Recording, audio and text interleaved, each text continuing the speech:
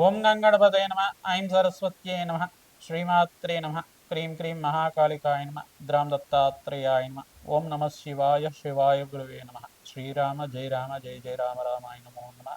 ఓం నమో భగవతి మేధా దక్షిణామూర్తి మహ్యం మేధాంతరిజ్ఞం ప్రయచ్చస్వ. క్లీం కృష్ణాయ గోవిందాయ గోపీజనవల్లభాయ శ్రీకృష్ణ పరబ్రహ్మణే పరంజ్యోతిషే నమో నమో నమ. జయ గురు దత్తాత్రేయాయ నమ. శ్రీమాత్రే నమ. యూట్యూబ్ ప్రేక్షకులకందరికీ కూడా నమస్కారం అండి. నేను పాలపర్తి గురునాథ శర్మ జ్యోతిషం వాస్తు సిద్ధాంతిని మీకంతా కూడా గోచారరీత్యా గ్రహాల యొక్క స్థితిగతి సంయోగం వాటి ప్రభావం అంతా కూడా విశ్లేషణ చేయడం జరుగుతుంది. ప్రధానంగా ఈ రోజున చెప్పబోయే టాపిక్ ఏంటంటే కంటెంట్ అంతా కూడా 2026 ఆంగ్ల సంవత్సర ఫలితాల్లో భాగంగా శని రాహు కేతు మరియు బృహస్పతి యొక్క ఫలితాలంతా కూడా మేషాది ద్వాదశ రాశుల వాళ్ళకి ఎటువంటి ప్రభావం చూపిస్తుంది. ప్రధానంగా ఈ యొక్క 3 గ్రహాల కన్నా అత్యంత శుభమైన ఫలితాలు బృహస్పతి అంతా కూడా ఇచ్చే పరిస్థితి అంతా కూడా కలుస్తుంది. ప్రధానంగా చూసుకుంటే గోచారరీత్యా బృహస్పతి అంతా కూడా రాజయోగ కారకుడిగా మారబోతున్నారు. బృహస్పతి అంతా కూడా అనుగ్రహం వల్ల ఉచ్చస్థానంలో బృహస్పతి మార్పు అంతా కూడా రాజయోగ కారణంగా మారుతుంది.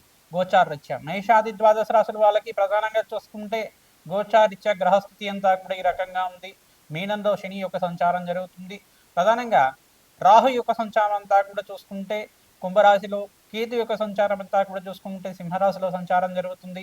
ప్రధానంగా గోచార చక్రవశాత్తు ప్రధానంగా ధనస్సు రాశిలో అంతా కూడా చతుర్గ్రహ కూటమి జనవరి 1వ తారీఖు నుంచి ప్రారంభమై ప్రధానంగా సూర్య బుధ అంగారకుడు మరియు శుక్రుడి యొక్క కలియుగతోటి చతుర్గ్రహ కూటమితో ప్రారంభమవుతుంది.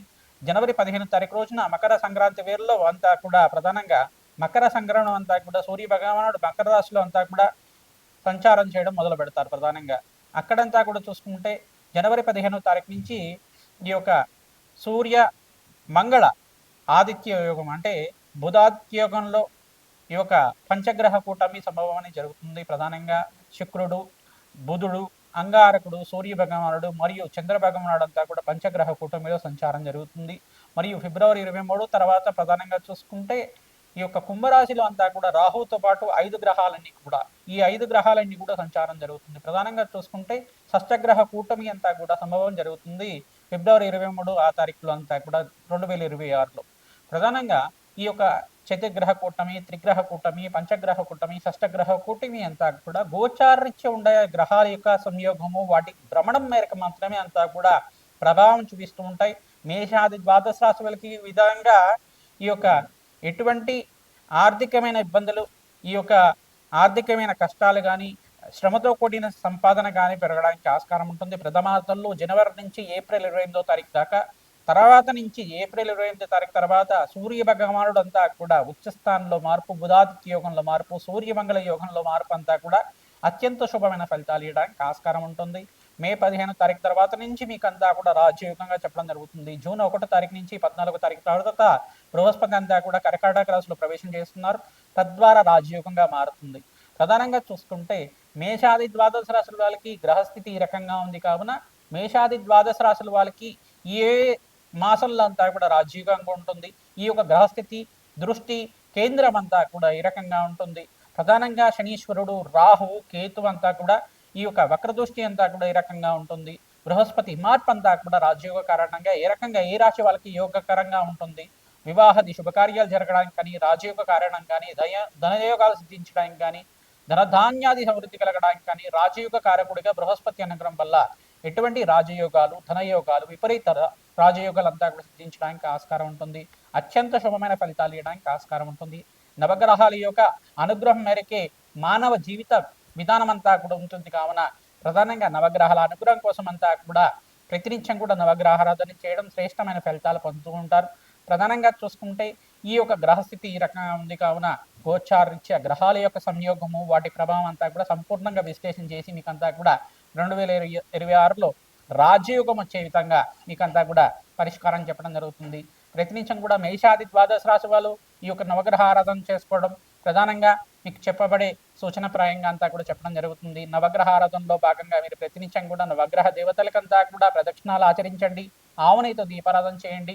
బెల్లం నివేదనం చేసి ఆ యొక్క చీమలకి ఆహారం వచ్చే విధంగా రావి చెట్టు, వేప చెట్టు ఉండే ప్రాంతంలో అంతా కూడా సమర్పించడం వల్ల రాజయోగం సిద్ధిస్తుంది. గోమాత సేవ చేసుకున్న వాళ్ళకి అత్యంత శుభమైన ఫలితాలు పొందడానికి ఆస్కారం ఉంటుంది. ప్రధానంగా ఆదిత్యాది నవగ్రహ స్తోత్రాన్ని ప్రతినిత్యం కూడా చదువుకోవడం 3 సార్లు కానీ 11 సార్లు కానీ వినడం కానీ చదవడం కానీ చేయడం వల్ల నవగ్రహ దోష నివారణ కలిగి మీకంతా కూడా రాజయోగం స్థితి రావడానికి ఆస్కారం ఉంటుంది. ఈ యొక్క రాహుకేతు వక్రగతి సంచారం కూడా ఏప్రిల్ 14వ తారీఖు తర్వాత నుంచి జరుగుతూ ఉంటుంది. తద్వారా మీకంతా కూడా సంపూర్ణ విశ్లేషణ అంతా కూడా చేస్తూ ఉంటాం. తద్వారా మీకు పరిష్కారం అందుతుంది. వీడియో అంతా కూడా చూడండి, మీకంతా కూడా షేర్ చేయండి, సబ్స్క్రైబ్ చేయండి. తద్వారా రాజయోగం స్థితి రావడానికి ఆస్కారం ఉంటుంది. సంపూర్ణమైన పరిష్కారం అంతా కూడా అందుతుంది. ప్రధానంగా జాతకరీత్యా ఉన్న పరిహారం అంతా కూడా చెప్తూ ఉంటాం. ఈ యొక్క గోచారీత్యా గ్రహాల యొక్క సంయోగము, వాటి ప్రభావం అంతా కూడా దృష్టి కేంద్రం అంతా కూడా ఈ రకంగా ఉంది. ఏ రాశి వాళ్ళకి ఏ రకంగా ఉంటుంది అనేది విశ్లేషణ చేయడం జరుగుతుంది. సింహరాశి జాతకులకి గోచారీత్యా 2026 ఆంగ్ల సంవత్సర ఫలితాల్లో భాగంగా ఈ యొక్క గ్రహాల యొక్క సంయోగంలో ప్రధానంగా శనీశ్వరుడు, రాహు, అంగారకుడు మరియు ప్రధానంగా చూసుకుంటే కేతువు, బృహస్పతి యొక్క గ్రహ గోచారం అంతా కూడా ఈ రకంగా ప్రభావం చూపిస్తుంది. అంతా కూడా విశ్లేషణ చేయడం జరుగుతుంది. ప్రధానంగా సింహరాశి జాతకులకంతా కూడా శనీశ్వరుడు యొక్క దృష్టి అంతా కూడా ఆశ మీద అష్టమ దృష్టి అంతా కూడా పడుతుంది. ప్రధానంగా ఈ యొక్క అష్టమ శని యొక్క ప్రభావం అంతా కూడా ఉంది కావున మీకంతా కూడా ఈ ప్రభావం నుంచి బయటపడడానికి శనీశ్వరుడు ప్రీతికరంగా జపము, హోమాది కార్యక్రమాలు మరియు తిలదానం అంతా కూడా ఆచరించుకోవడం వల్ల విశేషమైన పుణ్యప్రాప్తి కలుగుతా ఉంది.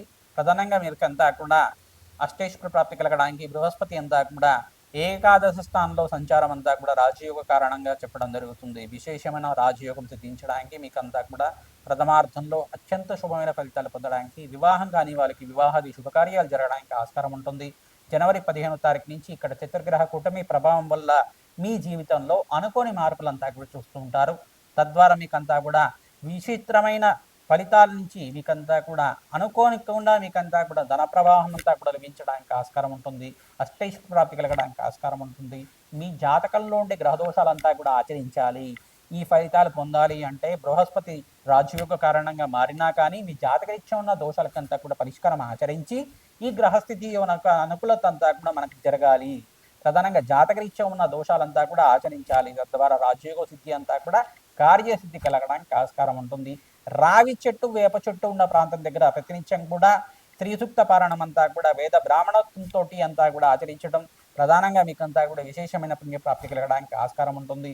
బ్రాహ్మణత్వం ప్రీతికరంగా ప్రధానంగా కూష్మాండ దానం అంతా కూడా మహావిష్ణు స్వరూపంగా భావించి ప్రతినిత్యం కూడా అమావాస్య వేళల్లో కానీ ఈ యొక్క అష్టమి నవీతిథుల్లో కానీ ప్రధానంగా బ్రాహ్మణత్వం అంతా కూడా దత్తాత్రేయ స్వరూపంగా మహావిష్ణు స్వరూపంగా భావించి గురువారం, శుక్రవారం, శనివారం రోజుల్లో ఈ దానాన్ని అంతా కూడా చేయండి.